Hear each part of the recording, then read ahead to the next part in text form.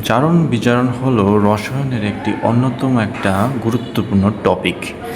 এই টপিক থেকে প্রত্যেক বছর এসএসসি পরীক্ষায় আমাদের বোর্ড পরীক্ষায় কোশ্চেন আসে।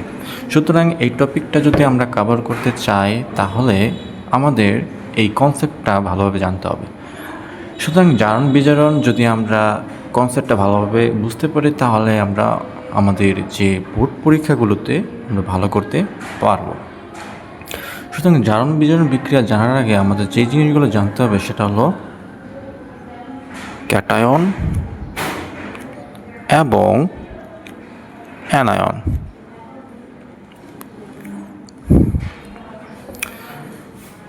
সুতরাং আমরা জানি পর্যায় সারণীর বাম দিকের মূলগুলো হইল ধাতু, পর্যায় সারণীর বাম দিকের মূলগুলো হইল ধাতু এবং ডান দিকের মূলগুলো হলো অধাতু। ধাতুগুলো ইলেকট্রন ত্যাগ করে এবং অধাতুগুলো ইলেকট্রন গ্রহণ করে। সুতরাং ধাতুর যদি আমরা একটি উদাহরণ দিই তাহলে ধরি সোডিয়াম। সোডিয়াম একটা ইলেকট্রন ত্যাগ করে হবে সোডিয়াম প্লাস। তাহলে এইখানে যে ধনাত্মক আধান সৃষ্টি হলো সেটাকে বলা হয় ক্যাটায়ন। এবং অধাতুগুলোর একটি উদাহরণ হলো ক্লোরিন গ্যাস, এবং এইটা একটা ইলেকট্রন গ্রহণ করে ক্লোরিন মাইনাস। এটা যে ঋণাত্মক চিহ্ন ধারণ করে সেটাকে আমরা বলতে পারি অ্যানায়ন। এখন আমরা জারণ বিজারণ বিক্রিয়া দেখব। জারণ এবং বিজারণ। জারণ মানে সবসময় তোমরা মনে রাখবা হলো ইলেকট্রনের ছাড়ন, এবং বিজারণ মানে তোমরা সবসময় মনে রাখবা ইলেকট্রনের গ্রহণ। সুতরাং আমরা দেখতে পারি এই সোডিয়াম একটা ইলেকট্রন দিয়ে যে সোডিয়াম পজিটিভে সৃষ্টি হলো সেটা হলো আমাদের জারণ বিক্রিয়ার একটি উদাহরণ। এটাকে যদি 1 নম্বর দিই তাহলে 1 নম্বর বিক্রিয়াটা হলো আমাদের জারণ বিক্রিয়ার একটা উদাহরণ, এবং 2 নম্বর বিক্রিয়াটা হলো আমাদের বিজারণ বিক্রিয়ার একটি উদাহরণ। এবং এই জারণ বিজারণ যদি একই বিক্রিয়াটি সংঘটিত হয় তাহলে সেই বিক্রিয়াকে বলা হয় জারণ বিজারণ বিক্রিয়া।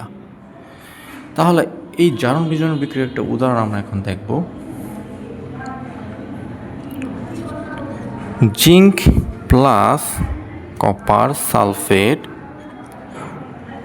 বিক্রিয়া করা হবে জিঙ্ক সালফেট প্লাস কপার। আর এখানে আমাদের প্রথমে জানতে হবে যে জারণ মান বলতে কী বুঝো। কোনো মৌলটার যতটুকু পরিমাণ তার একটা মৌলের সাথে অন্য মৌলের যুক্ত হওয়ার ক্ষমতা, সেটাকে আমরা যোজনী, তার জারণ মানও তত। সুতরাং যার যোজনী যত তার জারণ মান তত। এখানে যদি আমরা দেখতে পারি জিঙ্ক কোনো মৌলের সাথে যুক্ত নয়, সুতরাং এর জারণ সংখ্যা হবে 0।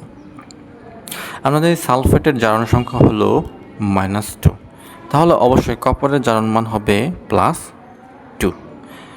আবার জিঙ্কের জারণ মান এখানে যেহেতু সালফেটের জারণ মান -2 সেহেতু জিঙ্কের জারণ মান হবে +2, এবং কপার কারোর সাথে যুক্ত নয় তাহলে তার জারণ সংখ্যা 0। এখানে তোমরা দেখো যে আমরা জারণ মানে জানি ইলেকট্রন ছাড়ন, তাহলে আমরা যদি এইখানে জিঙ্কেরটা দেখতে পারি, জিঙ্ক এবং কপারটা যদি দেখি আমরা তাহলে দেখব জিঙ্ক 2টা ইলেকট্রন ত্যাগ করছে, জিঙ্ক 2+ পরিণত হয়েছে। সুতরাং আমরা জানি ইলেকট্রনের ছাড়ন হলো জারণ, সুতরাং এইটা হলো তোমার জারণ হয়েছে। এবং আমরা জানি কপার 2+ থেকে কপার 0 হয়েছে, মানে 2টা ইলেকট্রন গ্রহণ করছে, তার মানে গ্রহণ হয়েছে, তাহলে এটা হয়েছে বিজারণ। সুতরাং এই যে বিক্রিয়াটা এখানে জিঙ্কের জারণ হয়েছে এবং কপারের বিজারণ হয়েছে। সুতরাং এইভাবে তোমরা জারণ বিজারণ মান সহজেই বের করতে পারবা, তোমাদের কোনো প্রবলেম হবে না।